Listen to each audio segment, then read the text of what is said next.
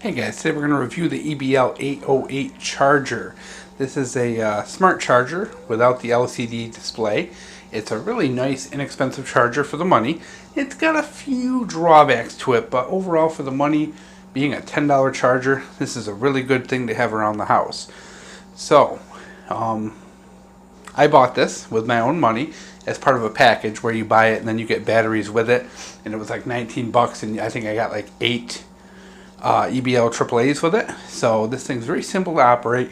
It's actually been in the house for 4 or 5 months. I actually forgot to review this, and then EBL contacted me about reviewing one of the other chargers, and I was like, oh crap, I forgot to review this guy. So like I said, this has been our main charger in the house. We go through a lot of AA's and AAA's. Having 2 kids, that's a lot of toys, and we use AA's and AAA's, so they are pretty common, and it's pretty much an everyday thing that we have a couple of these on the charger. Now you can see the positive and negatives are marked in here, and you have 2 kind of separate bays here for AAA and AA, and it's pretty simple. You're just stacking them in. Now the only problem with this charger, the big flaw, is that you do have to charge them in pairs. You can see the light did not come on until you had 2 in there, so you do always have to charge 2 at times. So if you do have toys or things that use 3 batteries, it can be a real pain always having to find an extra battery to charge with them. So that is one downfall. So all that really matters, and I apologize for the background noise here, we got some kids having fun, but it's pretty much my only chance to film, so I kind of got to run with it, guys, so I do apologize here. So as you can see, you can load this up with any combination of AA or AAA's. Now when you look online, one of the things you're going to see is people complaining that this undercharges. And this is one of the big kind of problems I have with people who review things online, is that many times people are just downright wrong. And one of the big complaints people always said is that this undercharges the batteries by a considerable amount. So I did a test with this just to see, is it really doing this, or are these people being goofy? Now here's the thing, if you take a AA battery and you put it on any charger, and then you take it off, let it sit for 30 seconds, and then put it back on a charger, it will charge for several minutes. The battery will basically take a trickle charge for a couple minutes and then show as full. Now, what people were saying was that these were taking, a certain amount of milliamp hours, and that was undercharging. So what I did was I charged a series of batteries with this, and I charged a series of batteries with other chargers as well.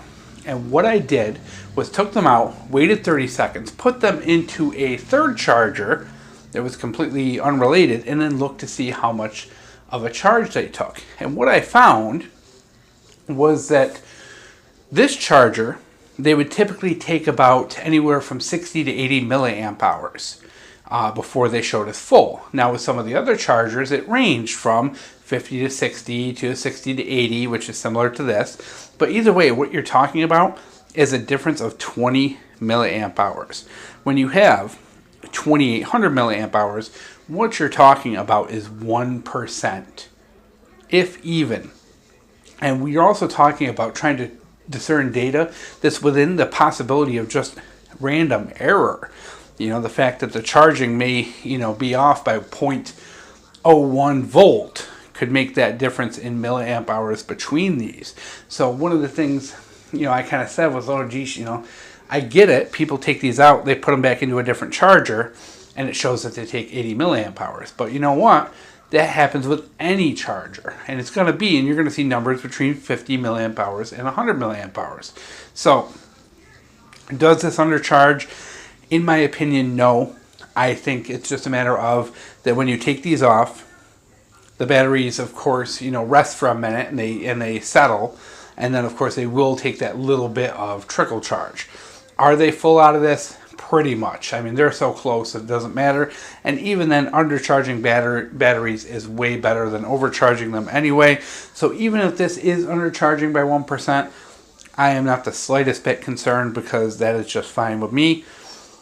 That 80 milliamp hours is not going to make any noticeable difference in the run times of any devices anyway.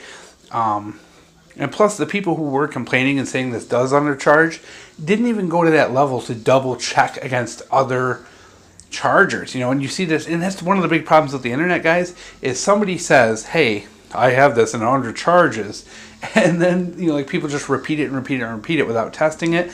But I took that to the test and found that it isn't undercharging. It just, this is what batteries do. They rest for that minute and then they will take a trickle charge. It's that way with any battery, any charger. They're always going to take that little bit of charge at the end. And this one's just that hair more, which is, 1% or less of the total volume of these 2800 milliamp hours. So I did want to dispel that, because it is, you look this up and you always see, it undercharges. Well, people need to do some better testing and stop believing everything they read on the internet. But this thing it's simple, it's easy, plugs into the wall, put them in, lights go green when you're done. How much easier can that be? My wife loves this one because it is so easy to use. It's so simple. There's no ambiguity with it. There's no, am I going to blow this up? Is this going to catch the house on fire? It's simple. It's easy. She likes it. And it's very just simple and easy. And that's the beauty of this. And it's inexpensive. It's a $10 charger. And EBL does a really good job with making chargers that actually charge nickel metal hydride batteries properly. Some of them just use a timer. They'll actually use a timer and charge for 6 hours and then shut off. Not these. These do actually use an algorithm that charges them, but it is based on 2 bays, so it is going to charge up to like 2.8 volts or whatever, so you can get some differences in the batteries and some issues like that. Once again, these are very minor issues that are often within the error just of charging itself. I mean, most of these things can't charge to within 0.01 volt anyway, so you're really splitting hairs and complaining about things that really don't make a difference because they're in the margin of error for these things. So yeah, is it the smartest thing on earth? No, but will this thing get you by for a long time and keep your batteries healthy without destroying them? Absolutely. The 999 is of course a better charger, but a little bit more expensive. But overall, both of these, I will continue to use this one here. My wife's familiar with it. She likes it.